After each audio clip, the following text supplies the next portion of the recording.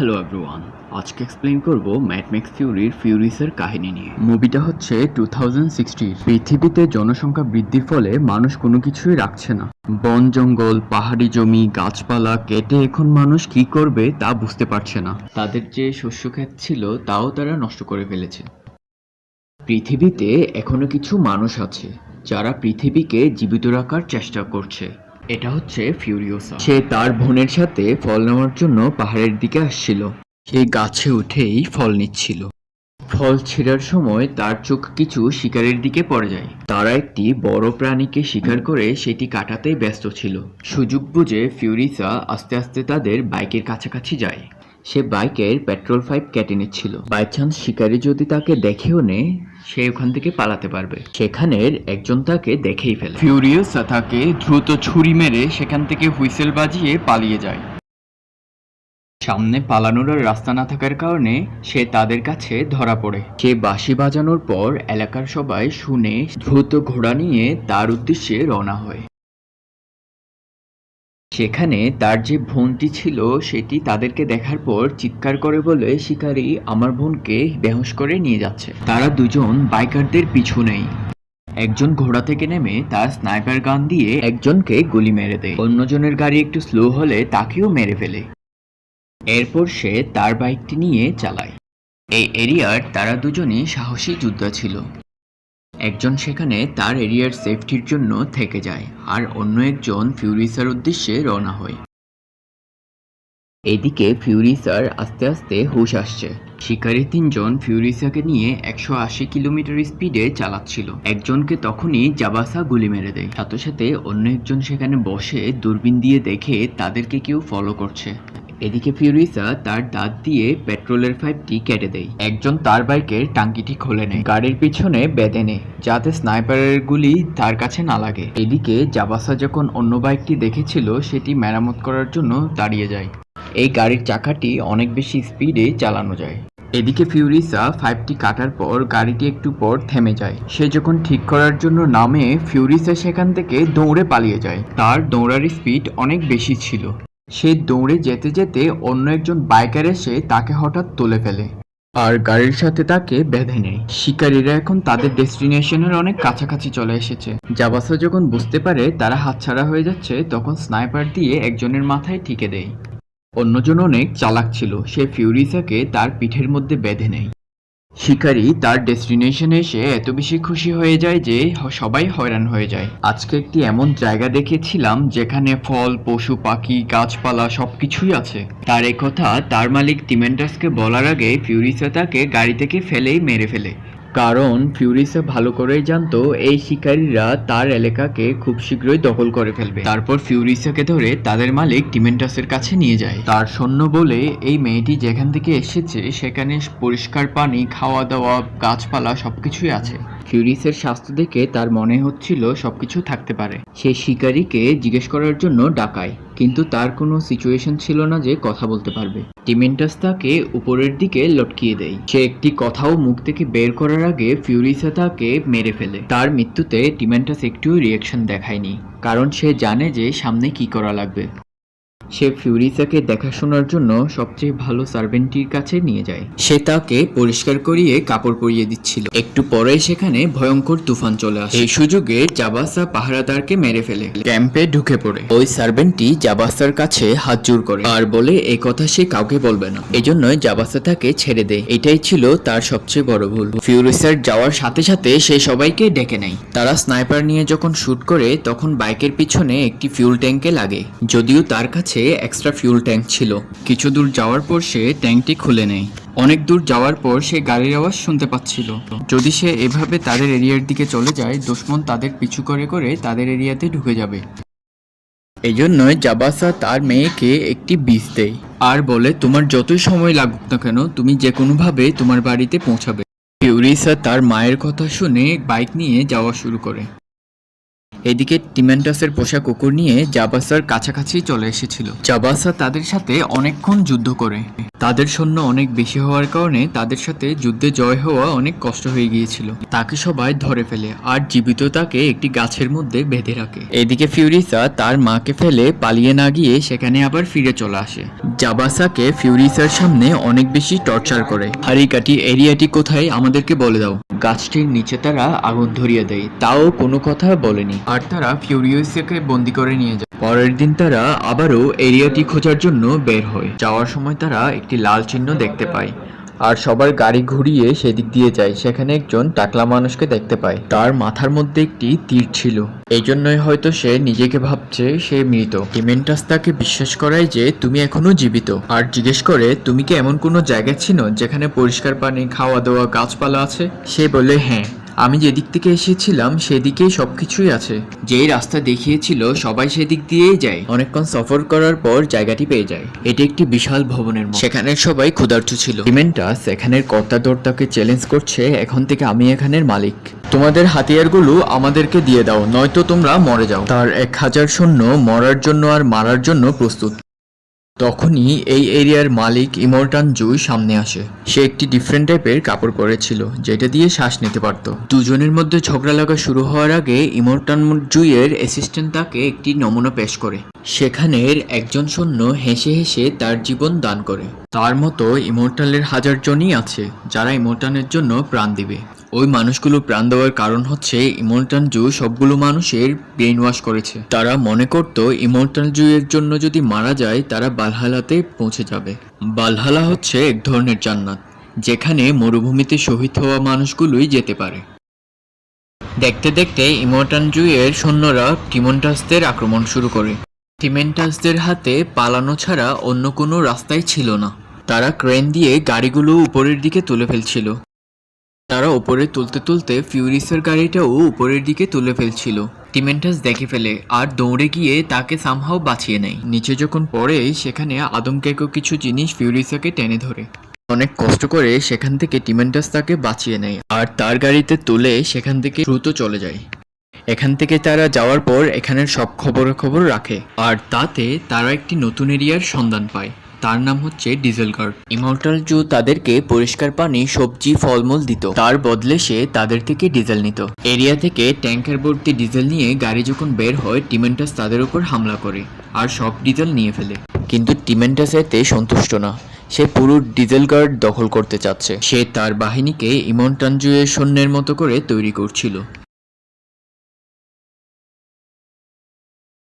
আর সে এমন একটি scene create করছে যাতে মনে করে ইমর্টানের ট্যাঙ্কের পিছনে শিকারি লেগেছে। এই প্ল্যানটি টিমেন্টাসের ফেইল মনে হচ্ছিল। সে ডিজেল গার্ডের গেটের অনেক কাছাকাছি চলে আসছিল, কিন্তু শাসক ইমর্টাল জুয়ের ভাই কোনোভাবেই দরজা খুলছিল না। তাতে টিমেন্টাস নিজের মানুষের উপর হামলা শুরু করে দেয় যাতে সবকিছু রিয়েল মনে হয়।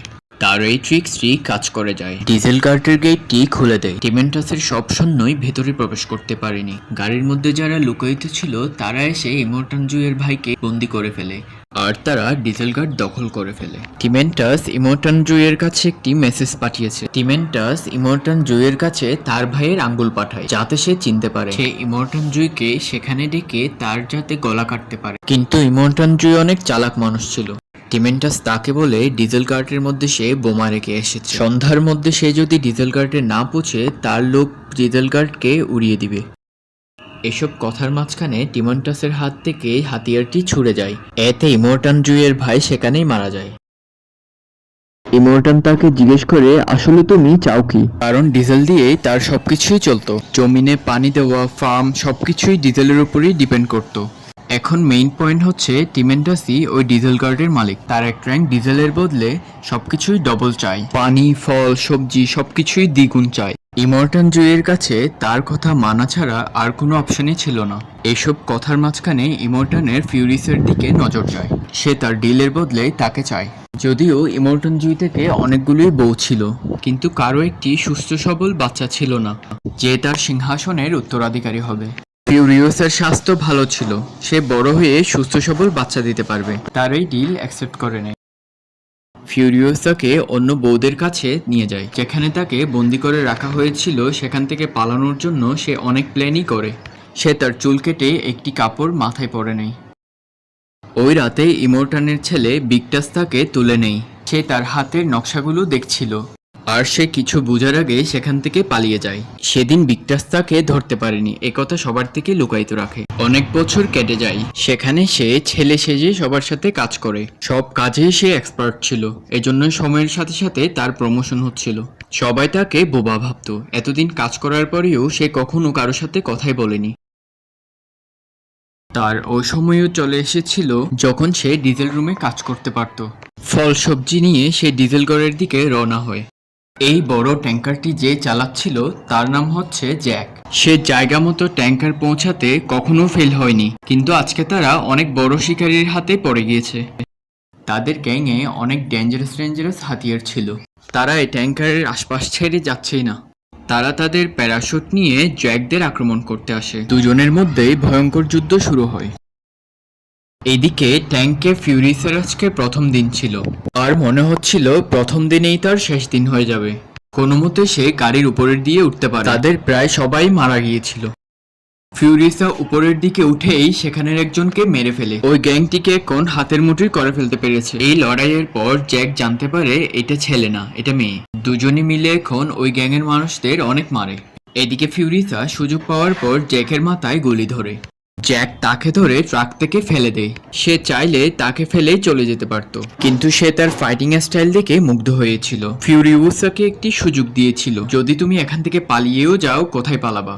অনেক দূর যাওয়ার পরে এখানে শুধু ডিজেল গার্ড, বিরান গার্ড আর আমাদের ভাগিটাই আছে। যদি তুমি আমার সাথে থাকো তাহলে এই রোড ফাইটের মধ্যে তোমাকে মাস্টার বানিয়ে দিব। ফিউরিউসা তার কথাই মেনে যায়। পরের সপ্তাহে তারা মাল নিয়ে বুলেট বারে যায়। বুলেট বার হচ্ছে সেই জায়গা যেখানে অস্ত্র, গোলা বারুদ, বন্দুক বানানো হয়। এই জায়গাটি কন্ট্রোল করত আর্থার। সে খাওয়া দাওয়ার জিনিসের বদলে হাতিয়ারের লেনদেন করত। বুলেট বার থেকে গোলা বারুদ নিয়ে তারা ফিরে যাচ্ছিল। তারা দুজন একসাথে কাজ করতে করতে তাদের ভিতর ভালোবাসার জন্ম হয়। তারা এত বেশি ক্লোজ হয়ে যায় যে ফিউরিসা তাকে তার বাড়ি যাওয়ার নকশাটিও তাকে দেখায়, যেই নকশাটি তার ছোটবেলায় বানিয়েছিল। জ্যাক ফিউরিসার সাথে যাওয়ার জন্য প্রস্তুত হয়ে গিয়েছিল। তারা সঠিক সময়ের অপেক্ষা করছিল। পরের সপ্তাহে তাদের মাল নিয়ে ডিজেলগড় যাওয়ার ছিল। সেখানের অবস্থা অনেক খারাপ ছিল। অনেকদিন তারা খাওয়া দাওয়া না পাওয়ার কারণে ট্যাঙ্কারের মধ্যে সবাই উঠে পড়ে। তাদের জিনিসগুলো লুট করে নেয়। বদলে তারা কোনো ডিজেলই পায়নি। টিমেন্টাস কোনো তাদেরকে বাহিরে বের করে দেয়। ক্ষুধার সমস্যা সমাধানের জন্য 3 দিন পর ডিজেল গার্ডে মিটিং রাখবে, যেখানে বিরানগড়, বুলেট বার, ডিজেল গড় তিনজনই মিলে এই সমস্যা নিয়ে কথা বলবে। জ্যাক এই মেসেজ নিয়ে চলে আসে। যখন তারা শুনে যে ডিজেল গার্ডের মানুষরা তাদের জিনিস লুট করেছে, ইমর্টালের কাছে থাকা সবার মাথা খারাপ হয়ে গিয়েছিল। তাদের সবার ইচ্ছা তো করছে টিমেন্টাসকে মেরে ফেলা, কিন্তু তাদের কিছুই করার ছিল না। যদি সে ডিজেল গার্ডটি বোমা মেরে উড়িয়ে দেয় তখন সেটি বানানোর জন্য এক যুগই লেগে যাবে। এটার কারণে টিমেন্টাসকে এতদিন জীবিত রাখা হয়েছিল, কিন্তু এখন টাইম এসেছে। এইবার তারা মিটিং এর দিন তার চ্যাপ্টার ক্লোজ করে দিবে। তার সাথে সেখানে বুলেট গড়ের রুলার আর্থারও ছিল। জ্যাককে আদেশ দেওয়া হয়েছিল যে ট্যাঙ্ক নিয়ে জলদি বুলেট বারে যেতে, আর পুরো ট্যাঙ্ক গোলা বারুদ, হাতিয়ার আর অস্ত্র নিয়ে আসবে। এইবার তারা টিমেন্টাসের চ্যাপ্টার ক্লোজ করেই ছাড়বে। জ্যাক জলদি ট্যাঙ্ক নিয়ে বুলেট বারের দিকে রওনা হয়। তারা এক গাড়িতে খাওয়া দাওয়ার জিনিস নিয়েছিল। জ্যাক গাড়িটি ফিউরিসাকে চালাতে দেয়। তাদের সফর শেষ করে বুলেট বারে প্রবেশ করার সাথে সাথে তাদের উপর আক্রমণ হয়ে যায়। দুপাশ থেকে গোলাগুলি শুরু করে দেয়। জ্যাক বন্দুক নিয়ে সবাইকে মারা শুরু করে দেয়। টিমেন্টাসের মানুষ তার দিকেই ছুটে আসে। 3 দিন আগে টিমেন্টাস অনেক চালাকি করে সে মিটিংটি রেখেছিল, যাতে বুলেটগড়ের শাসক আর্থার বিরানগড়ে চলে যায় আর আর্থারের অনুপস্থিতিতে পুরো বুলেটগড় দখল করে ফেলে। তাদের দিকে সৈন্যরা আসার সাথে সাথে জ্যাক দ্রুত গাড়িটি ছেড়ে দেয়। ওইদিকে ফিউরিসা তাকে ডাকা শুরু করে। তারা রকেট বোমা দিয়ে ট্রাকটি উড়িয়ে দিতে চেয়েছিল, কিন্তু ফিউরিসা তাকে সেভ করে। ফিউরিসা টার্গেট করে করে তাদেরকে শুট করে। টিমেন্টাস ফার্স্টে ফিউরিসার পজিশন কোথায় দেখে, তারপর তার এক সৈন্যকে কভার দিয়ে ফিউরিসাকে বোমা মেরে দেয়। এদিকে জ্যাক সেটি দেখে টিমেন্টাসের টাওয়ারটি ভেঙে দেয়। টিমেন্টাস একটি লোহাতে ধরে বেঁচে যায়। এদিকে ফিউরিসার লাকও ভালো ছিল, সেও অনেক কষ্ট করে বেঁচে যায়। সেখানে একটি মোটরসাইকেল ছিল, সেটি নিয়ে ফিউরিসার জ্যাক গার্ড দিয়ে হাড়িগাঠির উদ্দেশ্যে রওনা দেয়। এদিকে টিমেন্টাসও তার মনেস্টার গাড়ি নিয়ে তাদের পিছু নেয়। তারা দুজন বেশি দূর যেতে পারেনি। টিমেন্টাসের গাড়ি যখন কাছাকাছি আসে দুপাশ থেকে গুলি চলে আর তাতে টিমেন্টাসের মানুষ আর জ্যাক থেকেও গুলি লাগে। দুইটা গাড়ির মাঝখানে ফিউরিসের এক হাতও ব্যথা পায়। তারা দুজনকে টিমেন্টাস আটকায় ফেলে। তাদের উপর টিমেন্টাসের অনেক বেশি রাগ, কারণ তাদের কারণে টিমেন্টাসের স্বপ্ন ভেঙে যাচ্ছিল। সে ভেবেছিল বুলেট গার্ডকে দখল করে বিরান গার্ডকেও দখল করে ফেলবে, কিন্তু তারা গোলা বারুদ অস্ত্র সবকিছুই ধ্বংস করে দিয়েছে। এটার জন্য তারা অবশ্যই উপযুক্ত শাস্তি পাবে। ফিউরিসাকে তার ভাঙ্গা হাতে লটকিয়ে বেঁধে রাখে, যাতে সে জ্যাকের কষ্ট দেখতে পারে। এরপর জ্যাককে বাইকের পেছনে বেঁধে ঘুরিয়ে ঘুরিয়ে নিয়ে যায়। এরপর টিমেন্টাস তার শিকারী কুকুরগুলোকেও ছেড়ে দেয়। তার মরার পরেও তারা তাকে ঘুরাচ্ছিল। এবার হচ্ছে ফিউরিসার পালা, কিন্তু ফিউরিসা তার হাত কেটে সেখান থেকে পালিয়ে যায়। তারা সবাই ফিউরিসার পিছু করে, কিন্তু তারা ধরতে পারেনি। সেখান থেকে পালিয়ে সে বিরান ঘরের মধ্যে ঢুকে পড়ে। সে তার পরিচয় দেয়, আমি হচ্ছে ফিউরিসা, আর সবাই তাকে ধরে উপরের দিকে নিয়ে যায়। এদিকে ইমন্টানজুয়ের অন্যরা বুঝতে পারছিল না টিমেন্টাস আজকে মিটিং রেখে সে কোথায় গেল। ওদিকে ডিজেল গার্ডের মধ্যে ধোঁয়া দেখে অন্য কিছুই ফিল হচ্ছিল, যেন মনে হচ্ছিল ডিজেল গার্ডটি উড়িয়ে দেওয়া হচ্ছে। তখনই ফিউরিসা এসে বলে টিমেন্টাস বুলেট পার্ক দখল করে নিয়েছে, আর এখন সে এদিকে আসছে। সামনে যে ধোঁয়া দেখা যাচ্ছে এটা একটি চাল, যাতে সবাই ডিজেল গার্ড বাঁচানোর জন্য যায়। এদিকে টিমেন্টাস বসে আছে এবং তার কথা একটু পরে সত্যি হয়। তারা সবাই বিরনগড়ের পাশাপাশি পৌঁছে গিয়েছিল, আর রাস্তায় তারা তেল ফেলে ফেলে আসছিল যাতে কেউ তাদেরকে ফলো করতে না পারে। এদিকে ইমোর্টানজুইও চালাকি করে কিছু সৈন্য ওদিকে পাঠায়, যেটি টিমেন্টাস চাচ্ছিল। তারা এমন ভাবে যাচ্ছিল যাতে মনে হয় অনেকগুলো সৈন্যই রাস্তা দিয়ে যাচ্ছে। টিমেন্টাস বলে গাধারা ডিজেল গার্ড বাঁচানোর জন্য যাচ্ছে, সেখানে মাত্র কয়েকটি গাড়িই ছিল। এরপর টিমেন্টাস জুই আর ইমোর্টানজুইয়ের সাথে লাগাতার 40 দিন পর্যন্ত যুদ্ধ লেগে থাকে। পুরো বিরানগড়ের চারদিকে লাল হয়ে গিয়েছিল। এরপর 41 দিনের মাথায় টিমেন্টাস তার সৈন্যদের নিয়ে সেখান থেকে পালিয়ে যায়। আর এই 40 দিনে ফিউরিওসা ঠিক হয়ে গিয়েছিল। সে একটি রোবটের হাত বানায়। এরপর টিমেন্টাস জুইয়ের বদলা নেওয়ার জন্য বের হয়ে যায়। ইমোর্টানজুইয়ের দুই ছেলে গাড়ি ঠিক করাতে ব্যস্ত ছিল, যাতে তারা টিমেন্টাসের পিছু নিয়ে তাকে মেরে ফেলতে পারে।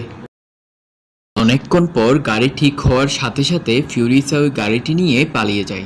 যখন টিমেন্টাসের মনে হচ্ছিল কেউ তাদের পিছু করছে, তারা 3টি জায়গায় চলে যায়। কিন্তু ফিউরিওসা টিমেন্টাসের গাড়িটি চিনে। সে টিমেন্টাসের সাথে যারাই ছিল সবাইকে মেরে ফেলছিল, যতক্ষণ না সে টিমেন্টাসকে খুঁজে না পায়। অনেকক্ষণ সে খোঁজার পর ফাইনালি টিমেন্টাসকে পেয়ে যায়। টিমেন্টাসের গুলি শেষ হয়ে গিয়েছিল। যান বাঁচানোর জন্য সেখান থেকে দৌড়ে পালিয়ে যায়।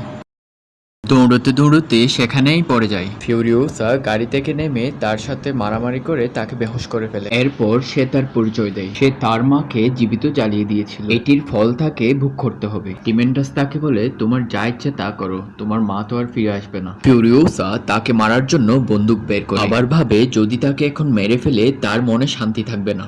ফিউরিওসা তাকে না মেরে সেখান থেকে গাড়িতে বেঁধে নেয়। সে তাকে যা ইচ্ছা তাই করেছিল।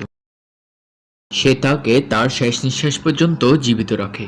এমন ভয়ানক মৃত্যু কেউ কখনো দেখেওনি, শুনিওনি। টিমেন্টাসকে বিরানভূমিতে কায়েদ করা হয়েছিল 20 বছর পর্যন্ত। জীবিত অবস্থায় সে মাইক লাগিয়ে অনেক বকবক করত। এখন সে এমনিতেই পড়ে আছে। এখান থেকেই মুভির প্রথম পার্ট শুরু হয়, যেটি আমি আগেই আপলোড করেছিলাম। Thank you for watching.